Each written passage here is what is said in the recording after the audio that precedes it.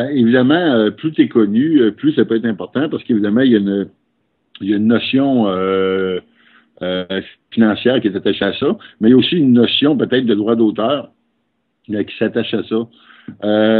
Comme tu le sais, les droits d'auteur sont attachés à les personnes qui sont les ayants droit 50 ans après la mort d'un auteur.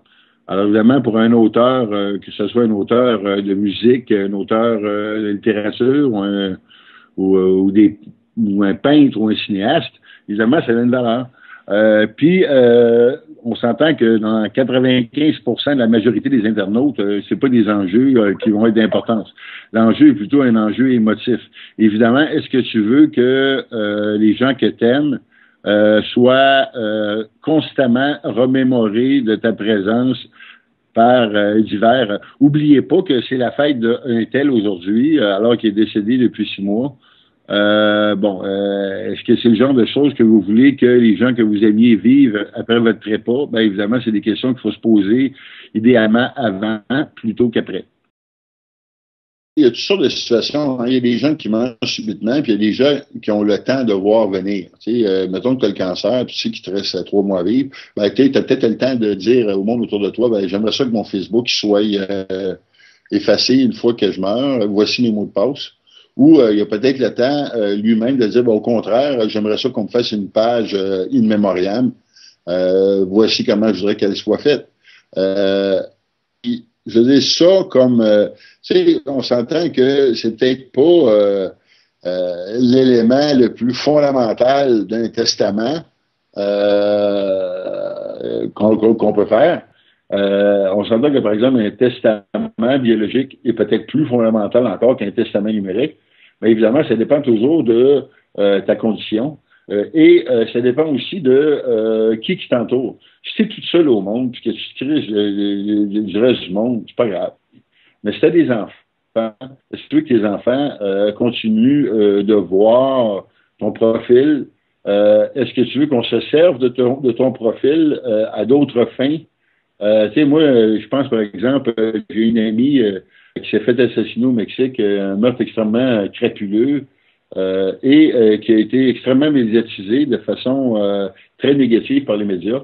Eux, entre autres, se sont servis de plusieurs de ces éléments numériques pour garnir leurs articles journalistiques poches. Écoute, ces enfants, là, ils s'en pouvaient plus de voir tout ce qu'on a pu écrire sur leur mère de ce qu'on s'est servi de son profil numérique pour garnir les éléments journalistiques. Fait que ça, si elle avait fait un testament numérique, bien évidemment, il y aurait eu la possibilité de tout faire effacer ça dans les heures qui ont suivi sa mort, puis pour pas que ça serve à d'autres choses que ce pourquoi ça avait été mis en ligne au début, tu sais. Alors, tu sais, c'est des questions que tu te poses pas tant que tu n'es pas face au problème.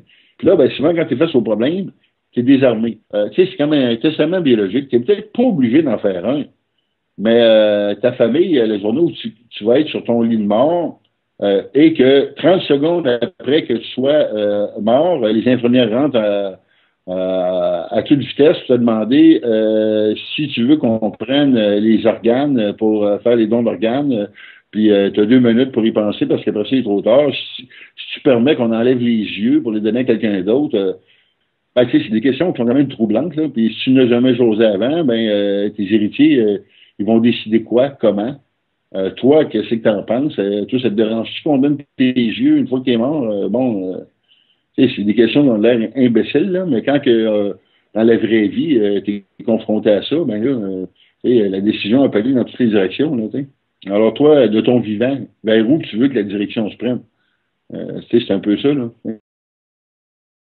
Il y a des vedettes américaines qui peuvent faire plusieurs dizaines, voire centaines de milliers de dollars de publicité avec leur présence Twitter, par exemple. Une fois que tu es mort, qu'est-ce que tu veux qu'on fasse avec ça? Puis inévitablement, si tu es si populaire que ça, c'est déjà clair qu'une fois que tu vas mourir, ça va faire un gros buzz sur les médias sociaux. Maintenant, dans quel sens tu veux que le buzz aille? Comment est-ce que tu veux canaliser ou contrôler autant que faire ce buzz-là? Qu'est-ce que tu veux qu'il reste de ta présence médias sociale une fois que tu es décédé? Ben, c'est des questions qui sont intéressantes à se poser avant, parce que là, tu vas avoir pas mal plus de choix qu'après.